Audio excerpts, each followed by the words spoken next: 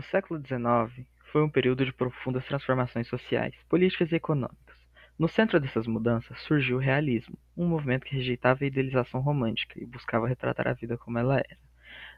Exploraremos o contexto histórico, as principais características literárias do realismo, seus maiores autores e analisaremos uma de suas obras mais icônicas.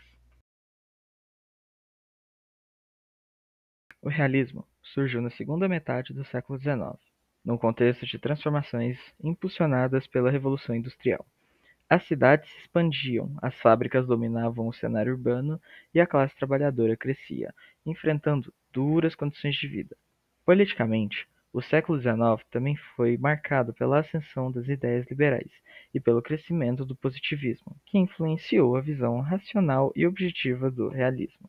Os principais pontos são a Revolução Industrial, que foi o período de grande desenvolvimento tecnológico que teve início na Inglaterra a partir da segunda metade do século XVIII e que se espalhou pelo mundo, causando grandes transformações.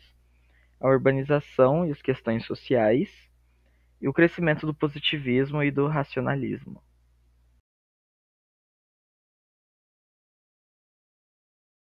Os escritores realistas buscavam uma representação fiel da vida cotidiana, sem idealizações. Suas narrativas focavam em personagens comuns e exploravam temas como desigualdade social, moralidade e conflitos interiores. A objetividade, o uso de uma linguagem mais simples e direta, além da crítica social, eram marcas características dessa literatura.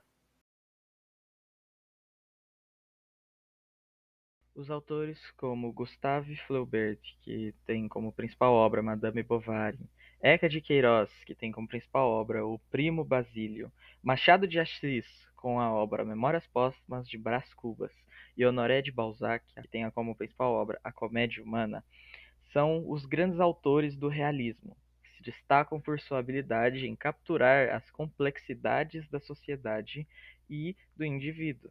Na França, Gustave Flaubert se consolidou com sua obra Madame Bovary, enquanto Honoré de Balzac retratou a sociedade francesa em A Comédia Humana. Em Portugal, Eca de Queiroz trouxe a crítica social em O Primo Basílio, e no Brasil, Machado de Assis marcou o realismo com Memórias Póstumas de Brás Cubas.